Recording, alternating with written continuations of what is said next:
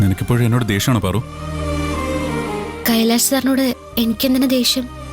Kailash സാറിനോടും P K R സാറിനോടും മാഡത്തിനോടും എനിക്കൊരു ദേഷ്യവും. അല്ലെങ്കിൽ തന്നെ സാറിന്റെയും പി കെ ആർ സാറിന്റെയും മാഡത്തിന്റെ ഒക്കെ മുന്നിൽ ഞാനാരാ? നിങ്ങളുടെ മുന്നില് ഇങ്ങനെ വന്ന് നിൽക്കാനുള്ള യോഗ്യത പോലും എനിക്കില്ല. ദേഷ്യപ്പെടുക പോയിട്ട് 3 പേരുടെയും മുഖത്ത് നേരെ നോക്കാനുള്ള ധൈര്യം പോലും എനിക്കില്ല. നമ്മൾ ആദ്യമായി കണ്ടത് പാറുവിന് ഓർമ്മയുണ്ടോ?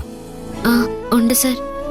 ടൗണിൽ നിന്നും വന്ന വലിയ പണക്കാർ എന്റെ നാട്ടിലെ ക്ഷേത്രത്തില് പൂജ ചെയ്യാൻ വന്നവർക്ക് എന്നെ കൊണ്ട് കഴിയുന്ന സഹായം ചെയ്തു കൊടുക്കണം. ആ ഒരു ചിന്തയെ ആ സമയത്ത് എന്റെ മനസ്സിലുണ്ടായിരുന്നുള്ളൂ. സാറിന്റെ കമ്പനിയിൽ ഞാൻ ജോലിക്ക് വരുമെന്നും സാറിനെ പരിചയപ്പെടുമെന്നും സാറിന്റെ വീട്ടില് അടുക്കളപ്പണി എടുക്കേണ്ടി വരുന്നൊന്നും ആ സമയത്ത് അറിഞ്ഞിരുന്നില്ലല്ലോ. എന്നാലും അന്ന് കണ്ട 3 പേരുടെയും രൂപം എന്റെ മനസ്സിൽ അതേപടി ഉണ്ടായിരുന്നു. ഞാൻ പറഞ്ഞ പാറു വിശ്വസിക്കുമെന്നറിയില്ല. പൂജ കഴിഞ്ഞ് ആ നാട്ടിൽ നിന്ന് തിരിച്ചു വരുമ്പോഴെല്ലാം എന്റെ മനസ്സില് പാറുവിന്റെ മുഖം തന്നെയായിരുന്നു.